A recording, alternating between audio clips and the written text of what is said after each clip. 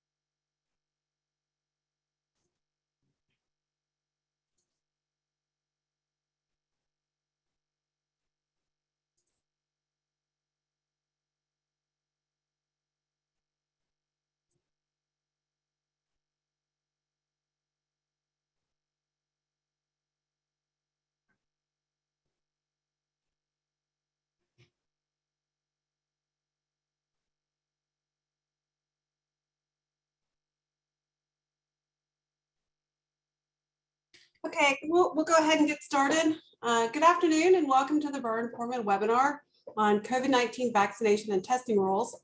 Today's November 9th, and we're with you this afternoon to discuss the new OSHA, CMS, and federal contractor COVID-19 vaccination and testing mandates and their impact on employers. If you're joining us live, we're happy to be with you. And if you're watching us on demand, thanks for your interest. I'm Amy Jordan-Wilkes. I'm a partner in our labor and employment practice group here at Burr Morning Show.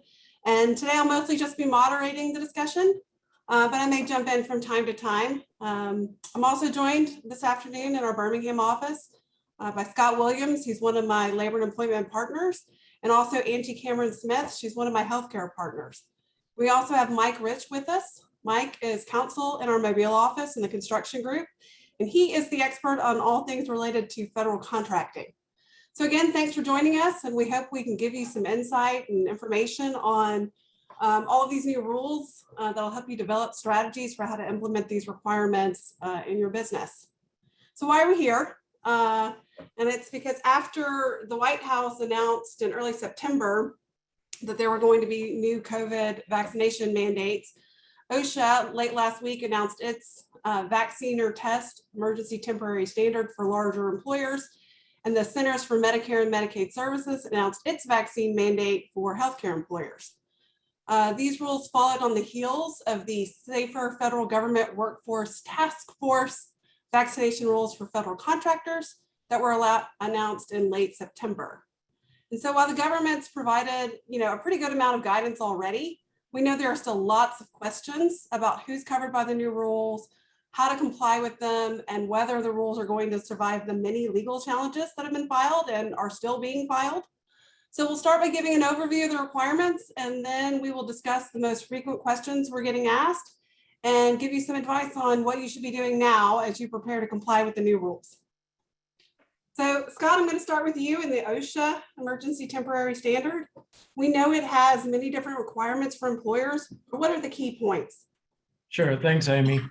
Well, certainly I could take the entire hour going through all of the requirements under the OSHA's new ETS, but it's a 490-page document. We've come through it, and some of the key points we want to emphasize before we get into more detailed specific questions is that all private employers with 100 or more employees have to implement some type of policy in accordance with this ETS. And you can have one or two types of policies, either one that enforces a mandatory COVID-19 vaccination or one that allows employees to choose either to be fully vaccinated against COVID-19 or undergo COVID-19 testing every 7 days and wear a face covering at work. You also, under the ETS, have to determine the vaccination status of each employee. You need to obtain proof of vaccination of employees and maintain those records. You should have a roster of your workforce with their vaccination status at all times during this ETS, accessible for both your employees and OSHA upon request. The ETS also requires employers to provide support for vaccination. The whole purpose of this ETS is to encourage vaccination. So under the ETS, employers have to provide employees with a reasonable time to get the vaccination, and that's each dose. If you're taking Pfizer or Moderna, for example, you would have to provide a reasonable time, up to 4 hours of paid leave, to get each of those doses. Also, reasonable time and paid sick leave to recover from side effects from each dose. The ETS doesn't really give an amount of time, but OSHA presumes up to 2 days of sick leave will be compliant. There are many other requirements that we're going to talk about, but those are the key ones that I wanted to put in summary fashion before we get into specific questions. Scott, are there also some rules for reporting work-related COVID hospitalizations and deaths and removing sick employees from the workplace? Yeah, and those rules are pretty consistent with prior CDC and OSHA guidelines. As with any injury or illness that results in an inpatient hospitalization of one or more employees, you have to report that inpatient hospitalization within 24 hours. That's not unique to COVID-19. That's not unique to the ETS. Same thing with fatalities. You have to report to OSHA fatality within 8 hours of learning of it. So again, that's not unique to the ETS, but it is something that the ETS makes clear that those reporting obligations apply to COVID-19 injuries and illnesses as it does to all others. And what was your other question, Amy? Well, my other question that I've been asked a lot is how the paid time off is handled. For example, if an employee has accrued sick leave, are they required to use that, one, to get the vaccine, and two, to recover from any side effects? So again, for the purpose of ETS, as we understand it, is to encourage vaccination. So they're going to have employee-friendly provisions, or it has employee-friendly provisions for purposes of getting the vaccine. So you can't force employees to use accrued paid sick leave to get the vaccine. However, if, for example, you choose to get tested, if you have a policy that says vaccination or test, you don't have to pay time for employees to get tested. And that may conflict some with what the Department of Labor Wage and Hour Division has said previously, when employers required employees to get tested on site as a condition of employment. But we expect the DOL to update that guidance with regards to this ETS, because again, the rule is vaccination or test. So it's really the employee's choice.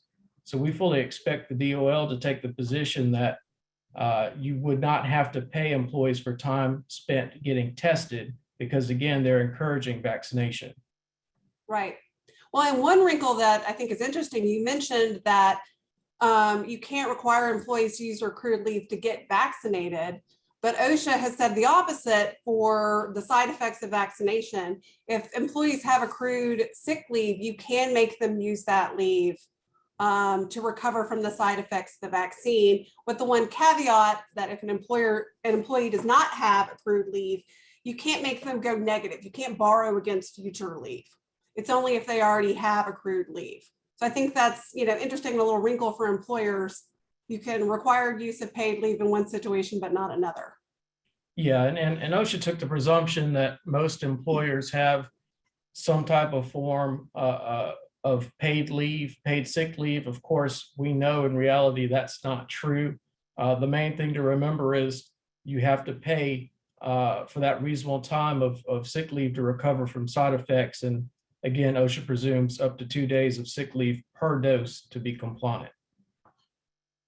Well, Scott, one of the other questions I've been getting a lot is how do we get to 100 employees? How are those employees counted for purposes of being covered by the OSHA ETS? Sure. So it's company-wide, it's firm-wide. It's not by location. We're counting full-time employees, we're counting part-time employees. We don't have to count contractors. When I think we got one of these questions before we had the webinar today, but if you're talking about a holding company, for example, that has subsidiaries or different divisions, when you're trying to count their employees, you look to whether or not they're a single employer.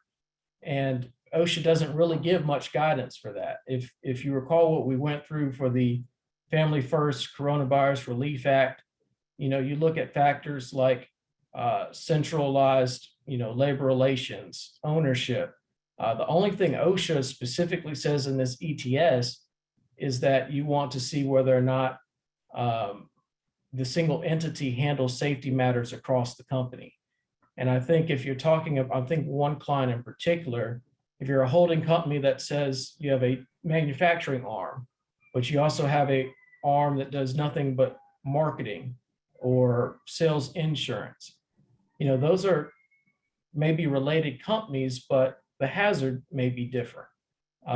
In the manufacturing setting, you may be working side by side on an assembly line with other employees. In the marketing division, you might be, everybody's housed in their own office or working from home.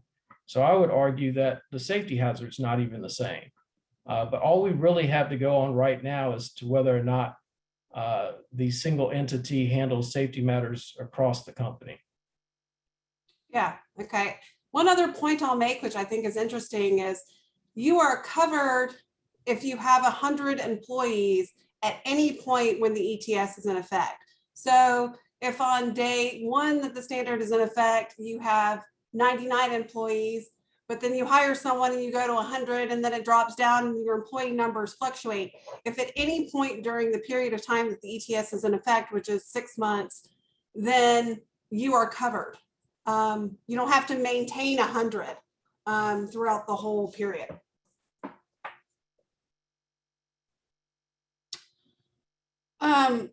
Scott, we know that OSHA settled on 100 employees, and they say the reason for that was that larger companies could more easily implement and adopt these policies without disruptions, and also that there's more risk in workplaces where there are more employees. But what has OSHA said, if anything, about possibly expanding the rule to smaller employers at some point in the future? Just that they're considering it. They're using this period for comments.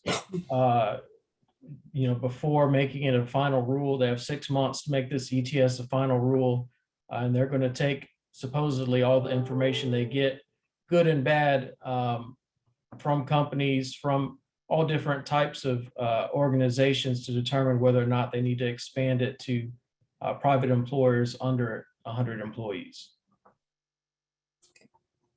So Angie, moving now to the CMS rule. What are the requirements for healthcare providers under that rule? Sure. So the CMS interim final rule has 2 phases and it has several requirements. The requirements include having a plan for fully vaccinating all eligible staff, a plan for providing exemptions and accommodations for those who are exempt from the vaccination, and third, a plan for tracking and documenting staff vaccinations. And so those are the 3 main requirements of the interim final rule. And who's covered by the rule? What type of facility? Medicare and Medicaid certified facilities are covered. And so there's a laundry list: ambulatory surgery centers, nursing homes, hospitals. The list is there inside the rule, but it's Medicare and Medicaid certified facilities that are covered specifically by the rule. There are exemptions assisted living facilities because they're not Medicare, Medicaid certified. The physician offices are not covered by this rule. So those are the ones specifically outlined. But it's very important to know that some of those that may be specifically exempted, like a physician office, may fall, their practitioners or their practitioners or providers may be covered under another provider's rule because they work inside of a covered facility. So if you have physicians that work in your practice, but your practice is not covered, those physicians probably have privileges or work inside of a healthcare facility that is covered. So they would likely be required to get vaccinated by that provider. And are all employees subject to the mandate, or is it just, doctors, nurses, people who face patients? It's all employees, it does use the word eligible staff, but it really doesn't define that. It basically says that anybody that's coming into the facility, so even individuals who are providing services under contract, so your dietary department, your housekeeping department, all of those folks are going to be covered as staff within your facility, regardless of whether or not they provide hands-on care. Then you think about folks that might be coming in, your therapy providers or your home health providers or your hospice providers. Those folks are also going to be covered if they're not already covered under their own facility rule, but under arrangements with a hospital or a nursing home or long-term care facility. Okay, and Mike, on the federal contracts, we know that not all federal contracts and federal contractors are necessarily covered by the federal contractor rules. So who is required to comply? Sure. The easiest answer to that question is if it's in your contract, you have to comply with it. But the way that's going to work is, and this has caused a great deal of confusion, and I really wish they'd made this a little bit simpler, but agencies are going to be required to insert the new language into any contract for anything that's over the simplified acquisition threshold, which is $250,000 for this fiscal year and should not change next year, that aren't only for the supply of goods. It's not going to apply to contracts that are performed outside the United States in outlying areas. It's not going to apply to contracts with Indian tribes, and that's contracts directly with Indian tribes, not just tribal entities that are done under the Indian Self-Determination and Education Assistance Act. And it's going to be a mandatory flow down to every tier of subcontract under your prime contract. And that's going to go all the way down to, again, the simplified acquisition threshold, that contracts that are not for the supply of goods. Where this gets confusing is that every agency is issuing different guidance to its contracting officers.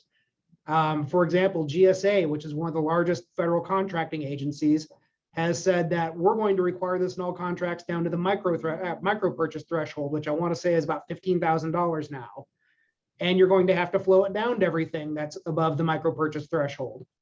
So the best thing to do is when you're getting this clause inserted into contracts is to review the clause, and I'll talk about how it's going to be inserted into contracts a little bit later. But when you get this language, make sure you review it because the agencies have some discretion in how they apply it.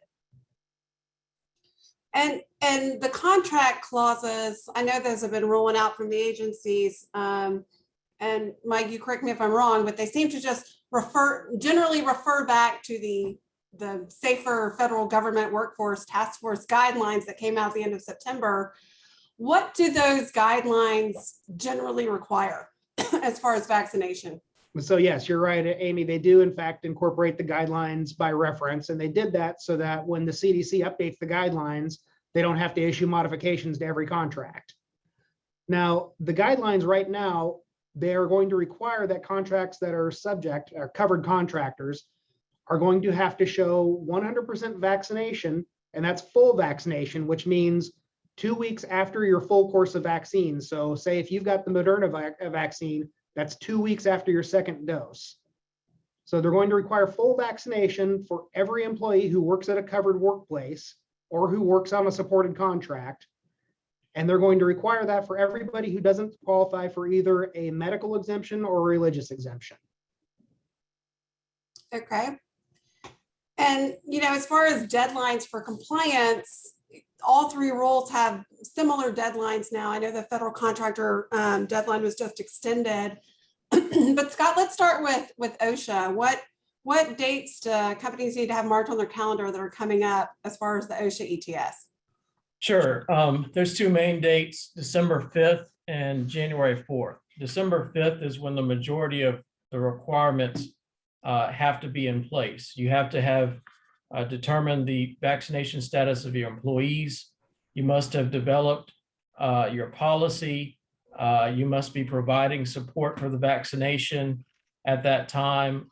You're subject as of December 5th to those type of requirements. January 4th is really when, assuming you chose to implement a policy that's a choice between vaccination or testing, that the company has to make sure that employees who are not fully vaccinated get tested every 7 days. Okay. Angie, what about the CMS deadlines? Very similar. It was 30 days. The first phase is 30 days after the Federal Register published the interim final rule. And so the first phase being December the 5th, and that phase requires you to have your eligible staff receive at least their first shot of either a 2-part series or vaccination or the J&J one-shot vaccination. So that's your first deadline is December 5th to have all your employees vaccinated, at least with one shot. January 4th is the second phase, and that means that by January 4th, your employees, your eligible staff must have received the full series vaccination.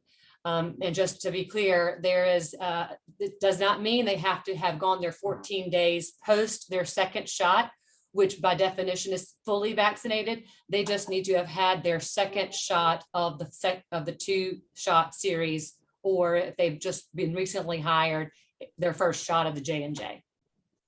Okay. And Mike, what about the federal contractor deadlines that have just been pushed back?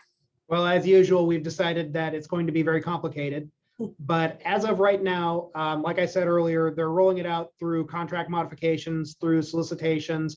Every solicitation that's being issued by a government contracting agency is going to have the new FAR language in it at this point. Any contract that's issued after, I want to say, the middle of next week is going to have the language in it. All task orders, contracting, leases, everything is going to have it in there. So keep an eye out for it. And deadline wise, it's not so much necessarily as an extension as by December 8th. It was originally that you had to have full compliance by December 8th. They've softened that a little bit to you have to show good faith compliance. And what good faith compliance means is that either you've got vaccination records for somebody, you're in the middle of processing their exemption request, which the federal government has recognized, okay, that can probably take a few weeks, particularly if you're going through a medical accommodation. And if not, you're in the progressive disciplinary process. And one of the things, Scott earlier talked about how the goal is to get shots in arms. They don't want you to just fire people if they don't have the vaccine. What they want you to do is counsel them, educate them, and convince them to get the vaccine. And as long as you're in the progressive disciplinary process and you have them wearing masks, that's going to be good faith compliance. Well, that's good to know. I know that'll ease some heartburn with a lot of our clients who are worried about those deadlines being hard and fast rules. Angie, let me ask you this because I've gotten this question. So what if there's a business that somehow technically falls under all 3 rules? They're a healthcare provider with over 100 employees, but they're also a federal contractor. What set of rules do they follow? Yeah, so CMS in its stakeholder call last week explained that they view it as a hierarchy. If you are a CMS certified facility that is obligated to follow the CMS rule, you follow that rule. If it doesn't apply to you or your facility or organization, you go to the executive order. And then if that doesn't apply, then you go to the OSHA. So that is the hierarchy they explained. And so you would follow, if you're a healthcare provider that is certified by Medicare, Medicaid, and you fall into one of these categories of facilities, then you just comply with the CMS mandate. Okay. Scott, now one of the things that's unique about the OSHA ETS as compared to the CMS and the federal contractor rule is that OSHA provides for weekly COVID testing as an alternative to vaccination. What do employers need to know about testing?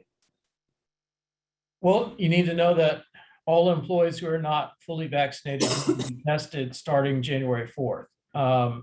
And this might be different than the federal contractor one, I think I've heard Mike say that you have to have that second dose or your last primary dose if you're taking the one Johnson & Johnson shot and be past that 2-week waiting period. OSHA and the ETS actually specifically says that you don't have to be subject to testing as long as you've had that second primary test done before January 4th, even if you're not past the 2-week waiting period. So you could actually get shot in arm Johnson & Johnson on January 3rd or January 4th before showing up to work, and you wouldn't have to be subject to testing. And that's 1910.501M, and it specifically lays that out.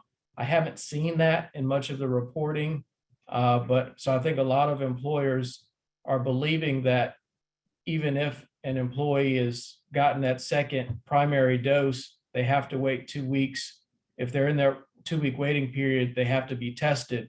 OSHA says no, they don't have to be tested during that 2-week waiting period. Another thing, obviously, that's huge for employers is OSHA makes clear that private employers don't have to pay for the test. What does that mean? It may actually be more efficient for your operation to supply testing on site. You can make employees pay for it, deduct from their paychecks, but you have to be mindful at all times about your obligations under the Fair Labor Standards Act or whatever state wage and hour laws you may have in your state to make sure that your employees don't fall below minimum wage by doing any type of deduction for testing. Another provision, employees who tested positive for COVID in the previous 90 days do not have to test. And I think we've already talked about the inconsistent guidance on whether or not you have to pay for time spent getting tested. And we do expect the DOL to update that guidance, probably most likely again, to encourage shots in arms and not testing. So it will likely say that employers don't have to pay for time spent waiting to get tested. Yeah, Scott, and a couple of other things that I think are significant. OSHA says that the test cannot be both self-administered and self-read. So before the rule came out, I think a lot of us were thinking, well, no big deal. I'll just have my employee go to CVS and get one of the rapid tests and do it at home and take a picture of the result, and everything will be great. And OSHA says that's not good enough. So if the test is going to be self-administered and self-read, it's got to be observed either by an authorized telehealth proctor or by the employer. I don't think it'll be news to everyone on this call, but I think having some of your managers or whoever administering or reading COVID test results, that's obviously going to implicate some pretty major privacy concerns. So for people who are going to go the testing route, that's definitely a wrinkle that's going to have to be navigated carefully. The other thing with the testing that I think is going to be particularly burdensome is that employers have to maintain copies of each employee's test result. If you've got a large number of employees that you're testing weekly for a long period of time, obviously that's a lot of paperwork to maintain confidentially in accordance with the ADA. That's right. And one of the questions I think we got before that I want to address just while we're talking about it, for employees who are remote, who are not coming into the office, they do not have to be vaccinated or weekly tested if they're just working remotely. The rule is that they have to be tested within 7 days of returning to the workplace. Amy, if I could jump in real quick, I'm sorry. Sure, go ahead. Just to clarify, that rule is not for federal contractors. If you are supporting a federal contract, you must be vaccinated or subject to an exemption. Period. End of story. That includes your GNA staff. Even if they're not directly working on the contract, if they provide any support to it, they must be vaccinated no matter where they work. Yeah, thanks, Mike. That's a good clarification. And I'll add too that there is no testing option in the CMS rule either. There's no opt-out. So you're either exempted and accommodated or you're vaccinated. Well, speaking of exemptions, Scott, I'll start with you again. We'll start with OSHA.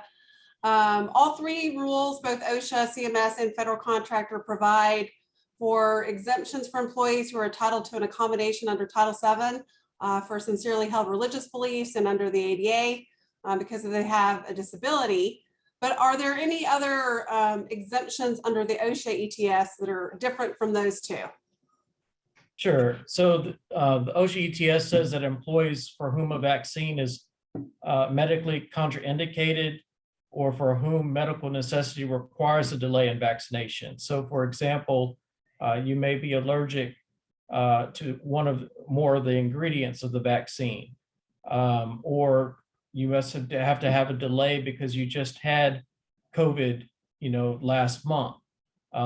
You might be medically contraindicated and be exempt from vaccination for that fully or for a period of time. But it also makes clear that natural immunity is not exempted. So just because you may have had COVID in the past doesn't automatically mean that you're considered quote unquote fully vaccinated. You still have to meet one of the two standards, assuming you give the choice in your policy to become fully vaccinated when the time's appropriate or submit to weekly testing.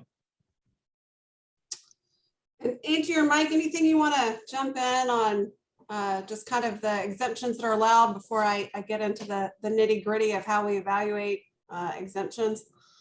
Sure, and I know there's been some questions about that. I'll just add that your policies should address how you develop and evaluate exemptions and accommodations. And so I know the L&E folks are the experts in that area, but those will be how you decide and determine whether or not you accommodate and allow the exemption. And I think it's important to note here that when we're talking about religious or medical exemptions for federal contractors, if you're in a situation with an agency that might make them a joint employer under either the Rehab Act or Title VII, you're going to want to talk to your contracting officer about any accommodation requests, because the federal government could get into some liability issues if they're not providing accommodations for people that are going on their job sites.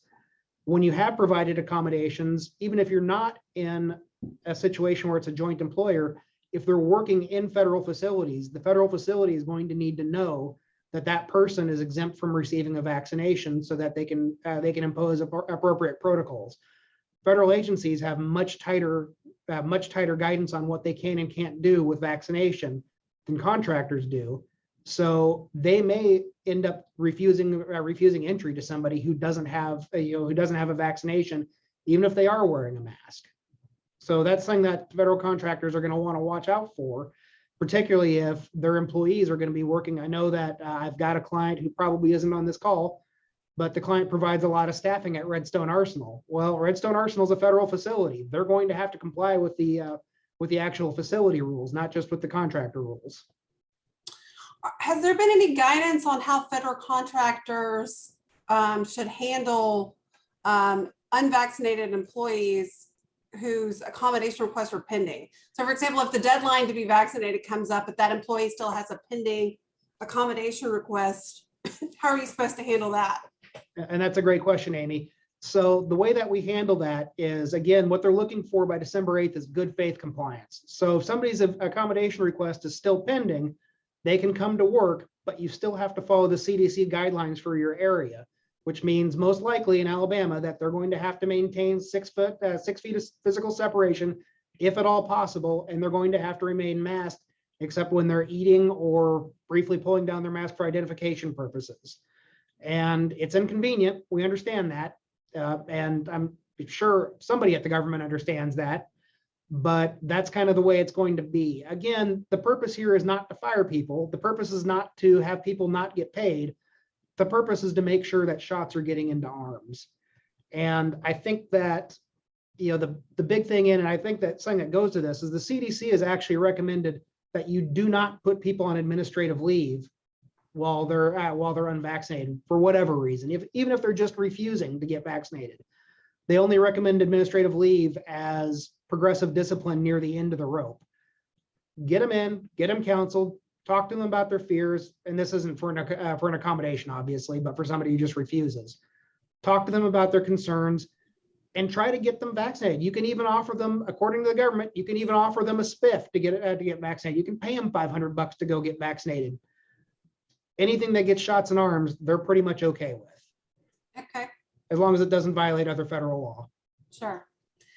Well, as far as exemption goes, just kind of drilling down on those, I think most people on this call are probably at least a little bit familiar with the ADA interactive process for accommodating people with disabilities. That process is going to be the same if someone who is disabled under the ADA is seeking an accommodation from the vaccination requirement. Really nothing different about the process just because it relates to vaccines. I think most of the questions we've been getting are on the sincerely held religious belief exemption. In the past, that exemption accommodation process has not come up very often. It's frequently come up with respect to dress codes and scheduling. So there's just unfortunately not a lot of guidance on it. But the EEOC in the last few weeks has put out some guidance to help employers navigate this. Scott, what do we know about that? Can the employer question the sincerity of the employee's religious belief, and how far can you go with that? Sure. Well, I think the number one thing to remember is that each religious accommodation request should be determined on an individual basis. Now, the EEOC guidance says if you should assume that the religious belief is sincere.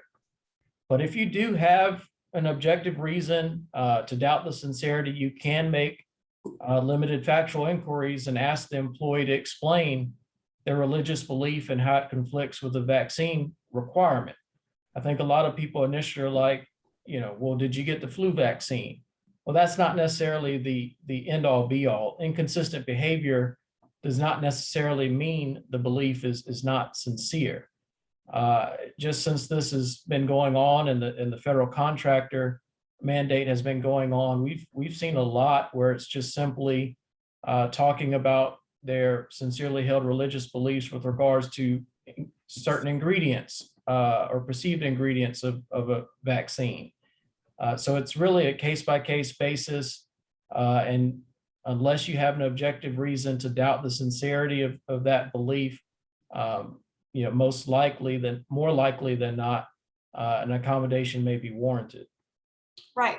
And the EEOC has pointed out it doesn't have to be any specific organized or recognized religion. It can just be any sincerely held kind of moral or ethical belief. Now, it's not going to cover, political opinions, or you think getting the vaccine is going to make you want to buy Microsoft products. That's probably not going to qualify. But if it's a, sincerely held personal, moral, ethical belief, even if it's not tied to any particular religion, that's probably going to be enough. We have seen some private employers requiring letters and things from priests or rabbis or other, religious figures. That's not something that's required. I mean, if you just want to ask for it, I don't think there's any problem with it, but that's not something that's required to meet the exemption threshold. One question we got that I'll address briefly is whether you might draw the flag of OSHA if some very large percentage of your employees were requesting an exemption. I think the answer is no. I mean, depending on what type of business you're in or what type of company or employer, you could have a very large percentage of employees claiming that exemption. And quite honestly, we'll get to this later, OSHA just doesn't have the manpower to drill down into those requests. So I don't expect that to be an issue. Scott, are there any circumstances where employers would not have to accommodate a religious or medical condition? Well, the standard's the same. It's undue hardship. Now, with religious accommodation, undue hardship, the threshold is lower for religious accommodation requests, but the burden is undue hardship, like danger to safety of yourself or others, diminishing efficiency, disrupting operations, things like that. And one thing I'll note, we say exemption, and that's the language that is used in a lot of these rules. but really it's the wrong way to think of it. You need to think of it more as an accommodation. And, under the OSHA rule, if someone is not getting vaccinated because of a sincerely held religious belief, well, then they're just going to fall back under the testing. So the testing and masking is still going to be required for those employees, unless, of course, the employee has a sincerely held religious belief or medical condition that would prohibit testing. I don't know what those would be, but if, again, it's just like anything else, if an employee comes to you with an accommodation request, you would go through the same interactive process, even as it relates to testing or masking or any other requirement.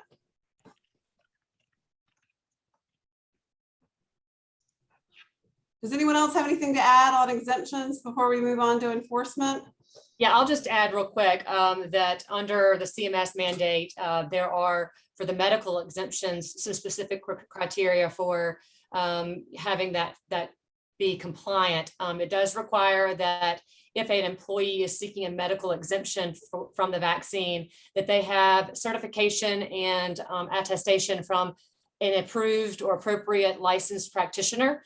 And they cannot be the person who's asking for the exemption. So it has to be someone other than the employee who certifies and attests to the fact that the individual requesting the medical exemption has a condition that is contraindicated. It also states that it has to say which vaccine is contraindicated for that individual, and it must be signed and dated by the practitioner. And again, it must be an appropriate practitioner acting within the scope of their practice. And so the forms that you fill out or complete for your policy and procedure should actually have those elements so that you make sure you have the correct documentation. Okay, Mike, is there anything similar for federal contractors, or is it up to each individual contractor? I'm sorry, I was answering another question. Could you please repeat? Are there any similar requirements for requesting exemptions for federal contractors? Is there any specific form to use or any specific information you have to get, particularly for medical exemptions? Or is it just up to each contractor to develop their own form? So yeah, there is no actual form to use. I would suggest using the same form that you currently use for requests for religious or disability requirements. For medical exemptions, certainly get doctor's notes, document. For religious exemptions, as Scott said, I don't think that anybody's going to be looking too hard behind them. You're not really going to want to question how sincere somebody is. I don't even necessarily know that telling somebody that they should get a letter from a rabbi or a priest is a good idea for federal contractors. In fact, I've been involved with a case where somebody did that and it was a really bad fact. So please don't do that if you're a federal contractor. If somebody tells you they've got a sincere religious belief, if they just sign a document saying they've got it, I think you're covered from the federal standpoint, from the federal contractor standpoint. If you get audited on it, say, they told me that they believe this is the mark of the beast. I'm not going to argue with them about it. Yeah. All right, so moving on to enforcement, I'm going to start with you. How is the CMS rule going to be enforced?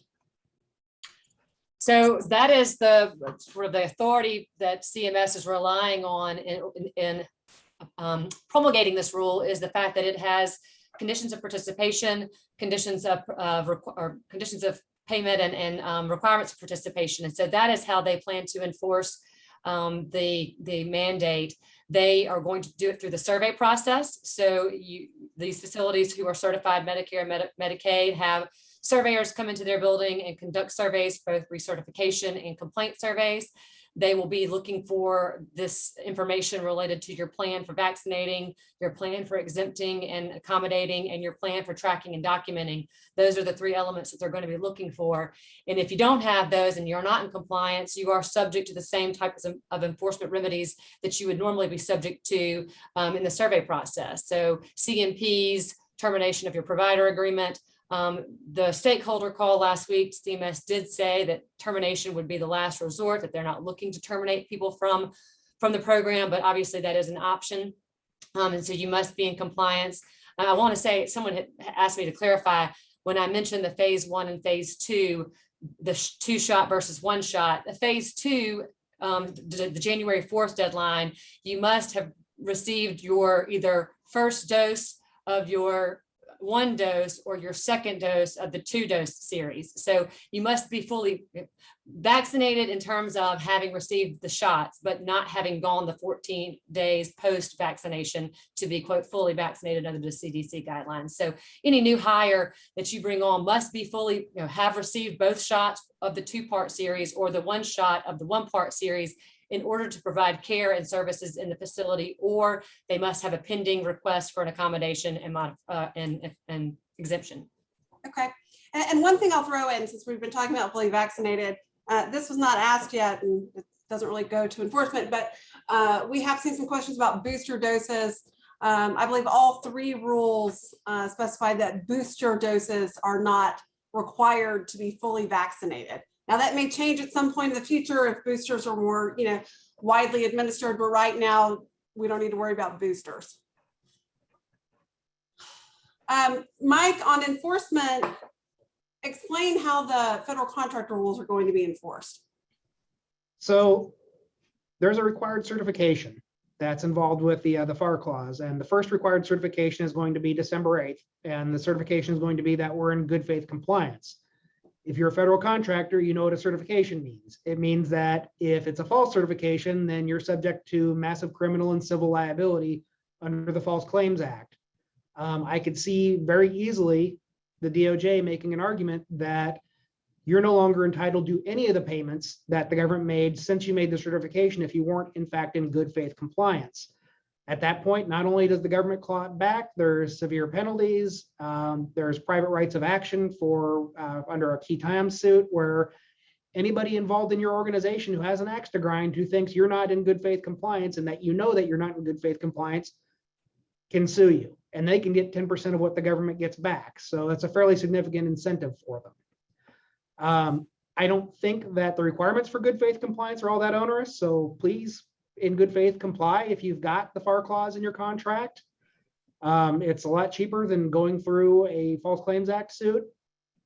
So I think that's going to be the first step. The second step is going to be, if you're not in compliance, there's a very good chance you're going to be debarred, which will forbid you from bidding on government contracts for a certain period of years. Now, there's due process concerns with that, where they are going to have to actually go through a debarment process. But if you're not complying with the terms of a contract and you're falsely certifying compliance, that's something that you could be debarred for.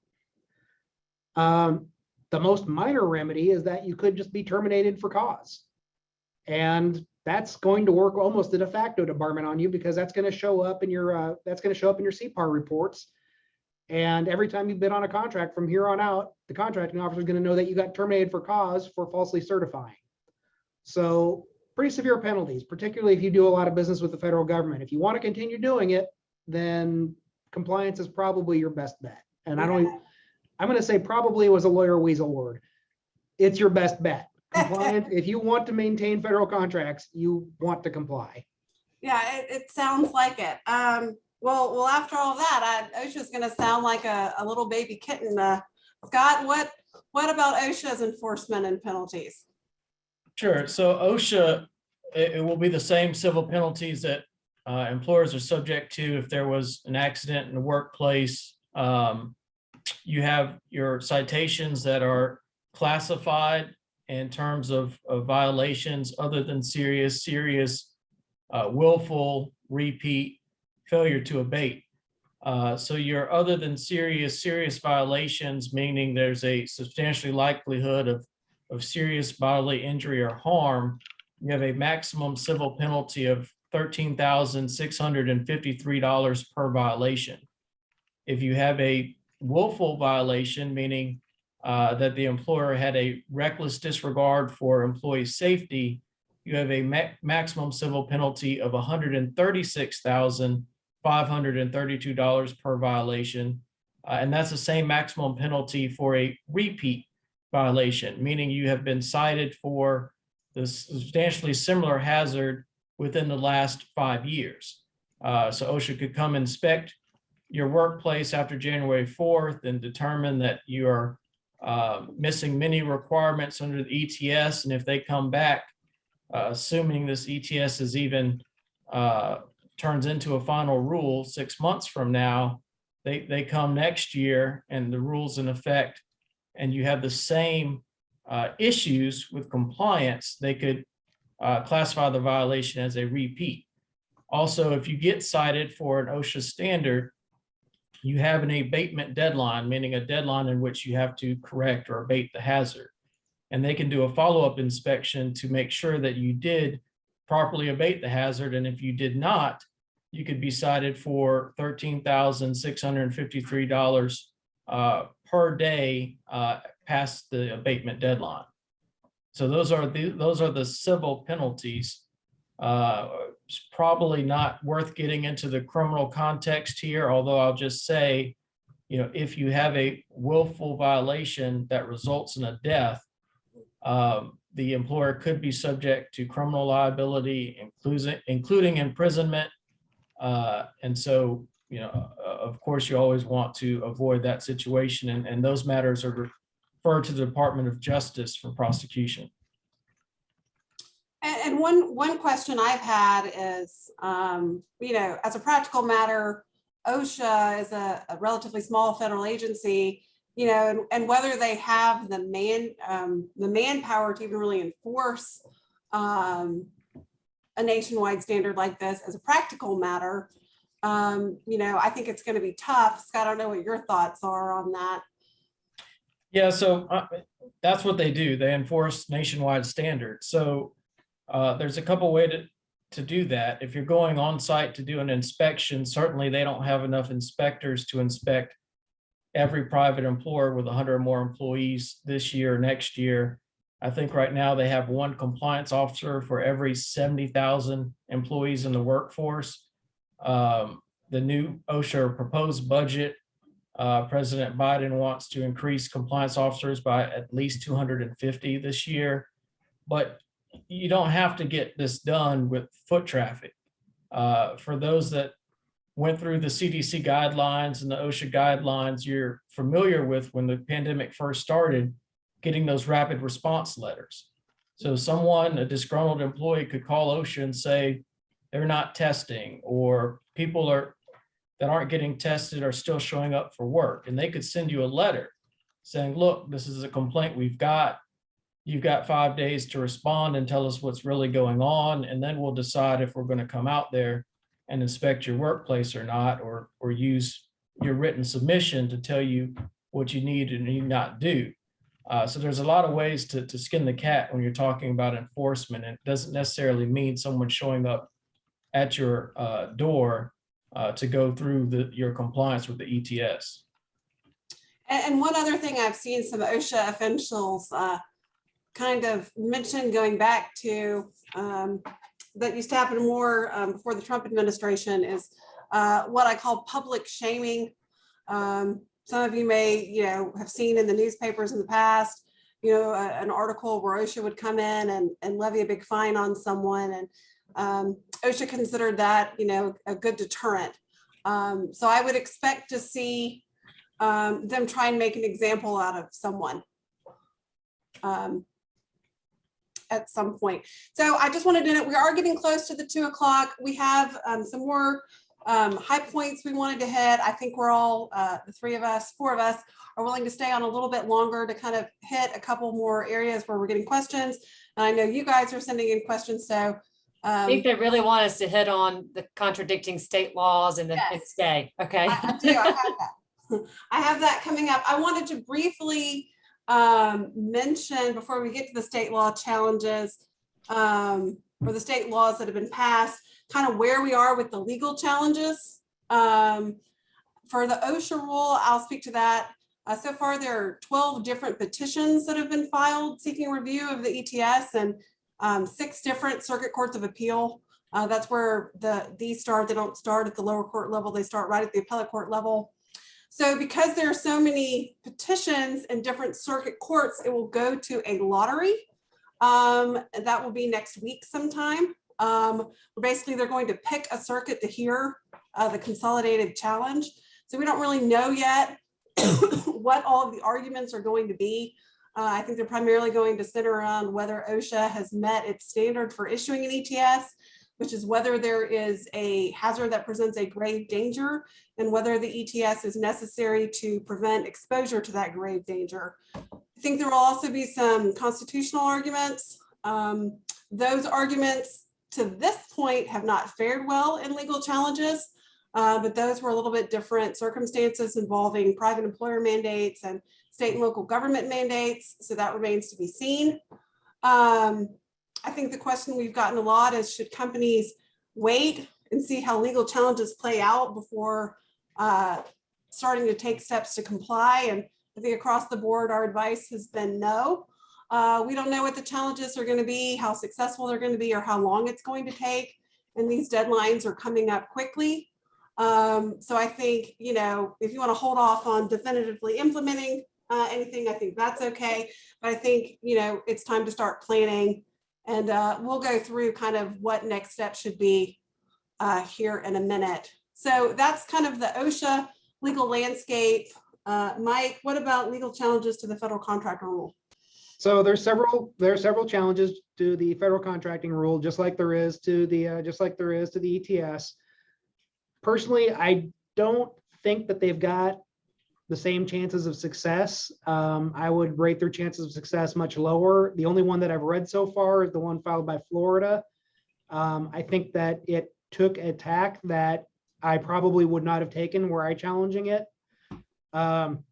There has been no stay by the 11th Circuit, which the 11th Circuit would be a very friendly place for such a stay, which to me means that they're probably not really considering one right now.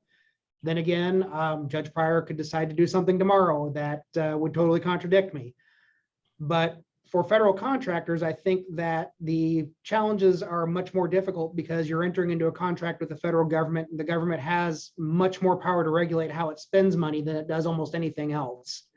The challenges seem to be focused around whether or not HHS has the authority to promulgate regulations that apply to federal contractors, which isn't a great argument because it was the FAR Council that promulgated the regulation that incorporates HHS regulations.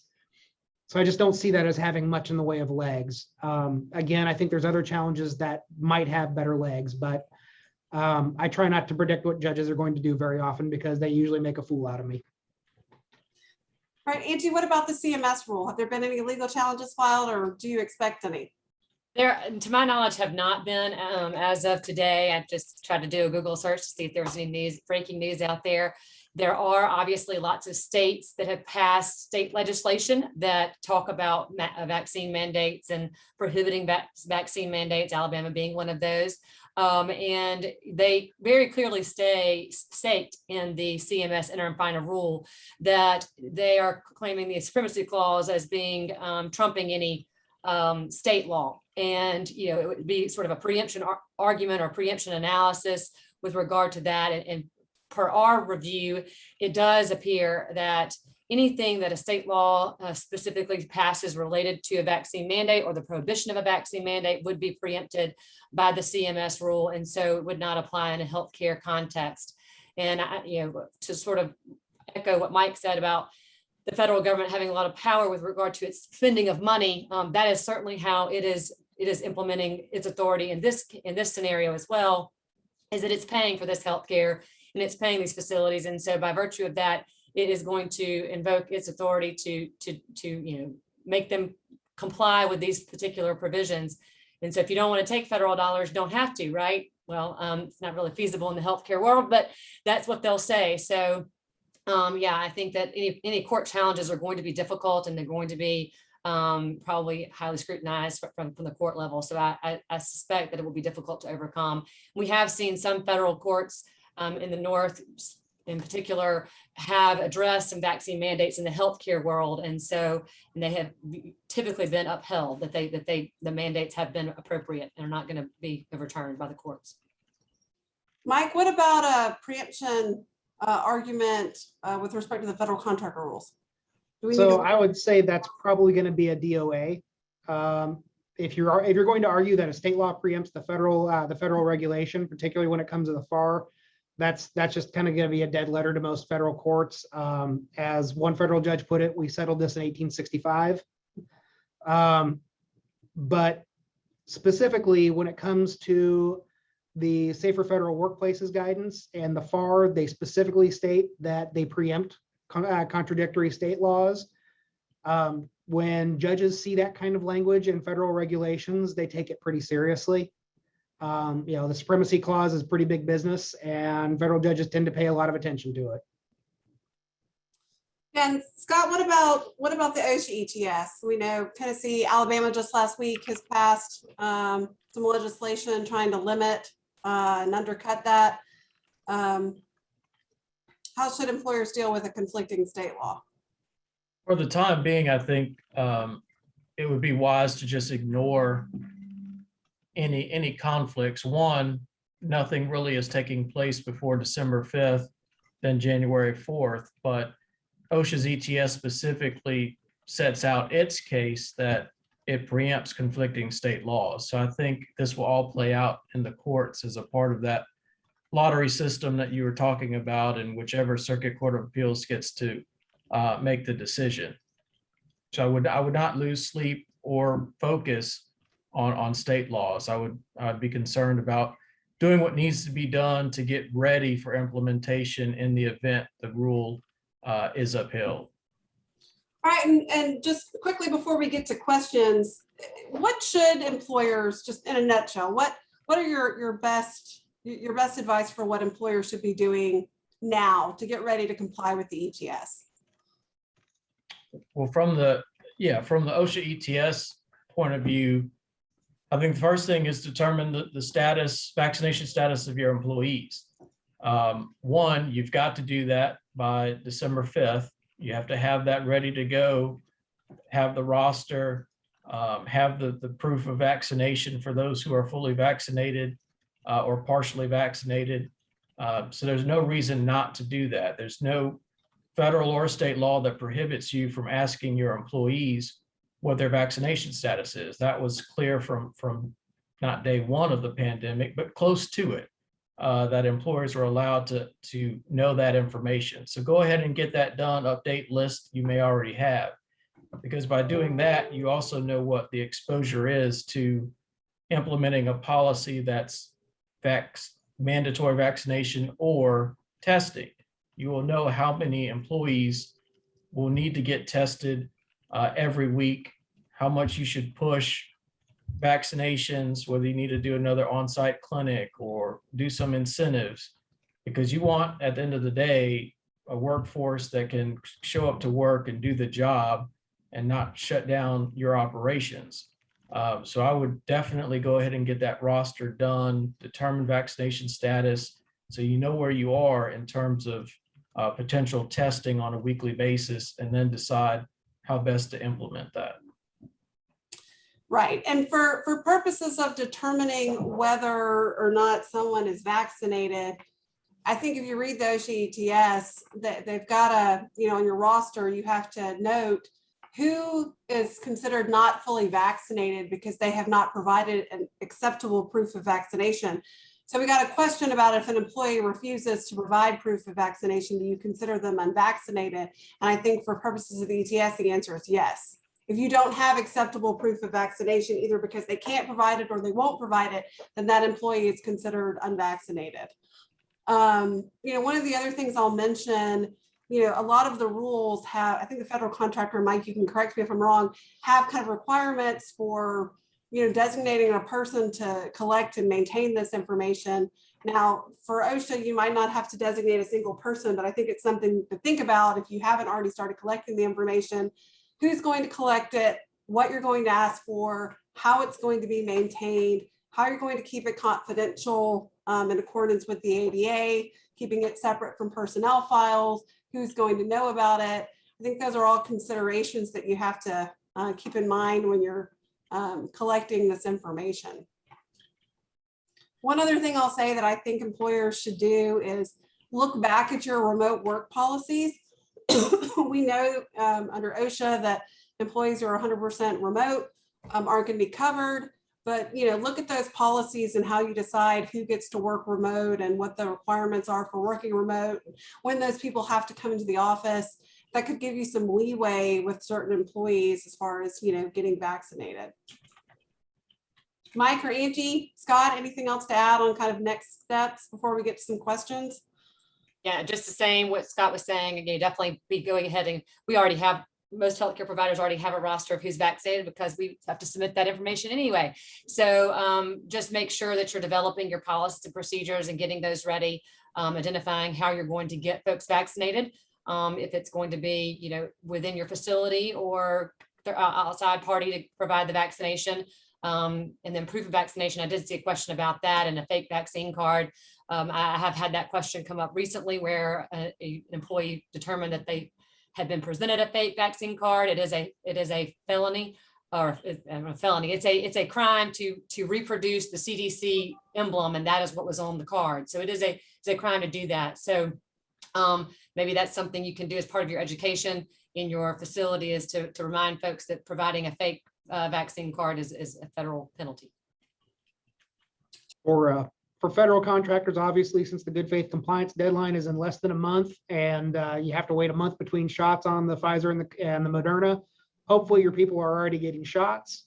If they're not, again, good faith compliance doesn't require that everybody be fully vaccinated, but if they're in the process, you're probably okay. But educate, educate, educate. Let people know, hey, listen, you know, you can even tell them, hey, I don't like this any more than you do, but this is part of our federal contract. We got to do it. You know, they're going to be watching who's billing time and who's not billing time on what contracts. So it's going to be something that's going to come up in audits. But to get prepared, you know, get some signage up. One of the things that is required under the FAR policy is that there has to be some signage. There's some mandatory signage that has to be put up that is actually in the that's in the guidance that you can look up. But get that out there. Get your officer, get your compliance officer appointed, and get them going. You know, it's very like having an FCL officer or having a security officer. That person needs to be up and running by December 8th and should be as soon as possible. One question I'll address that I see as I scroll through these is asking how to approach an employee who might be, you think might not be vaccinated because of a religious or medical reason. I think, you know, one thing to keep in mind is it is not your job as the employer to initiate the interactive process for an accommodation, or to assume that an employee cannot be vaccinated because of some medical condition or a sincerely held religious belief. It is the employee's responsibility to request that accommodation. So there's nothing, you don't have to seek people out. The employee needs to initiate that process with you. I'm scrolling through it. You guys feel free to jump in if you see a question that you want to answer as I scroll. Yeah, I have seen a couple of questions asking about what to ask for proof of vaccination. And my recommendation would be the actual vaccination card. I don't know why that would not be what you would ask for. I think it would be hard to explain to, in my instance, how you explain to a surveyor why you didn't get a copy of the vaccination card, because it's pretty easy to get. That's my recommendation. Yeah, for federal contractors, there's actually spelled out requirements for what you do have to have.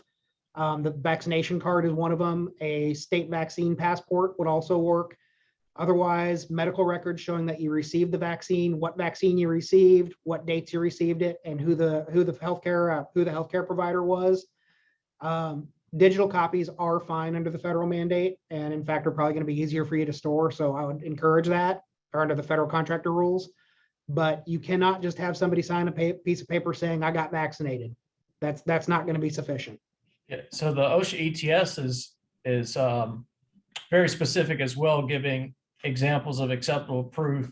Certainly your vaccination card, but any record of immunization, medical records, and they do allow a written attestation that you were vaccinated, but you have to sign it understanding that, you know, it's a criminal offense to lie. So that is allowed under the OSHA ETS. You know, they lost the card and all of the circumstances under which they cannot provide the proof, but they do allow written attestation about vaccination status.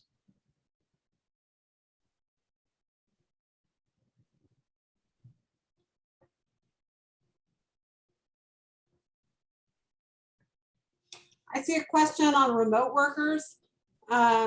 Even though they're not required to to be vaccinated. This is for OSHA, not for federal contractors. Not required to be vaccinated or testing if they're 100% remote. Yes, they do have to be counted in your total number of employees though. And I've seen some questions about when I mentioned earlier that, if your physician office may not be covered by the healthcare mandate, but those folks may end up going and working in a facility, and whose responsibility is it to determine the vaccination status of those going into those facilities, or if you have a staffing or you contract with a provider. In my opinion, and I believe that the interpretation would be, it is up to the facility that's covered by the mandate, the interim final rule, to ensure that the people that are coming into their building to provide services are vaccinated. And so even if they, so that the application and the exemption or the accommodation would have to be to that facility that's covered by the rule, because they're the ones that are going to have to track and monitor it and show the documentation when CMS or whomever comes in to survey you. You're going to have to be able to show that you did that. I actually just got a question outside of the chat from a colleague who has a client issue, but this is something that's going to come up and I figure it's worth taking a stab at. But the way that the federal mandate works is that if you have a facility that does any work in support of a federal contract, that is what's called a covered contractor workplace. Everybody who works at that workplace is subject to the rules, whether they work on the contract or not. Everybody who works on the contract, whether they work at a covered contractor workplace or not, is subject to the rule. But if you have two facilities that are completely segregated, and one of the facilities does no work in support of the federal contract, then the FAR clause does not apply to it, and you don't have to follow the FAR rules. You may have to follow the ETS rules if you're an employer of more than 100, or if it's a healthcare facility or whatever falls under some other rule. But only the places where you're doing any work in support of a federal contract does the rule apply. Now, where you have to be careful is that your HR staff does work on the federal contract. Your payroll does work on the federal contract. So your home office does count as a covered workplace, even if you're not actually doing any direct billing on the government contract there.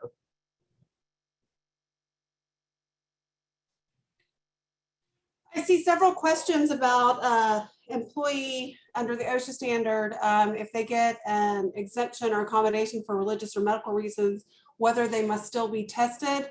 The answer is yes, unless that employee also has some sort of religious or medical reason for why they cannot be tested.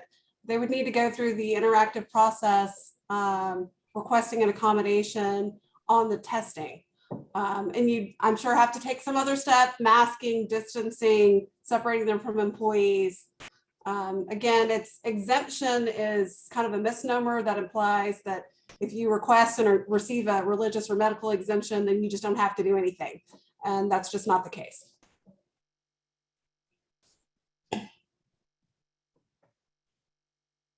One question I will address, this is another one, we didn't talk about it, the OSHA rule. This question about outside sales representatives that don't come to the office but do visit customers.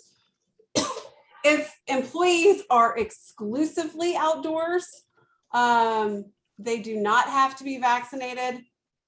Now, Scott may know this more than me. If I say it wrong, Scott, correct me. I do believe if you're interacting with customers, you may still have to be vaccinated, but I don't know, correct me if I'm wrong on that, Scott. That's my understanding.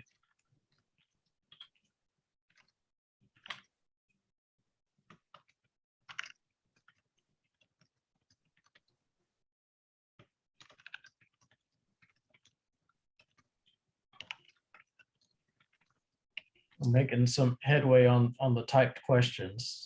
So is there I mean, this is for Scott and Amy, in the ETS, is the testing requirement linked to a county positivity rate? No. Okay, because there's a question in the chat that talks about our skilled nursing facilities subject to a county positivity rate testing regimen, but that's not part of an ETS, which wouldn't be applicable because the CMS mandate applies. And then if you're talking about vaccine mandate, there's no testing opt-out, so that wouldn't apply in that and for that rule either. Just wanted to answer that person's question on live.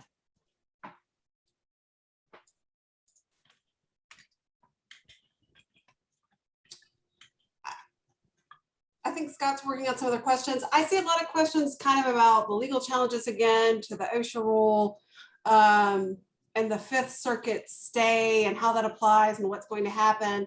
The Fifth Circuit stay is not only in effect for the states in the Fifth Circuit, Texas, Louisiana.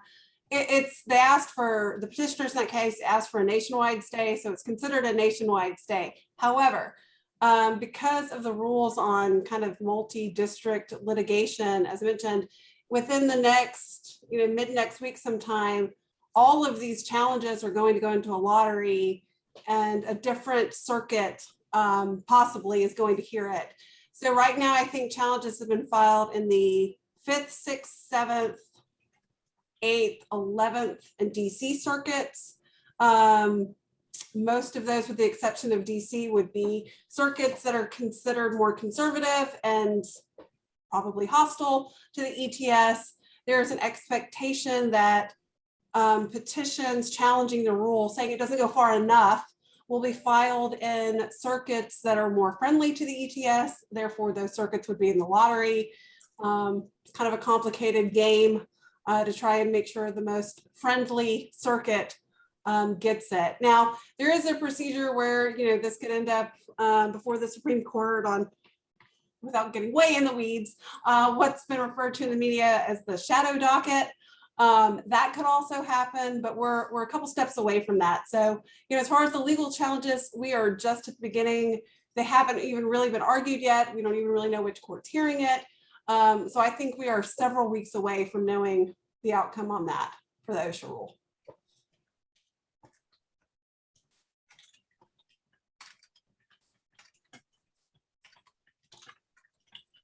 Does anyone else have anything they want to jump on real quick? I know we're about 15 minutes over, and I know you guys still have a lot of questions. We could keep answering them all afternoon, but unless anyone else sees anything that they just want to jump in real quick, I think we'll wrap it up for today.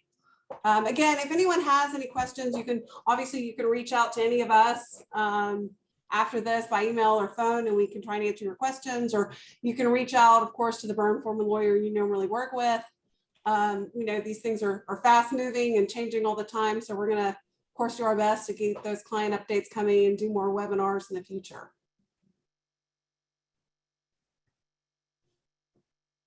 Thanks, Amy. Thanks, guys. Thanks, Amy. Amy.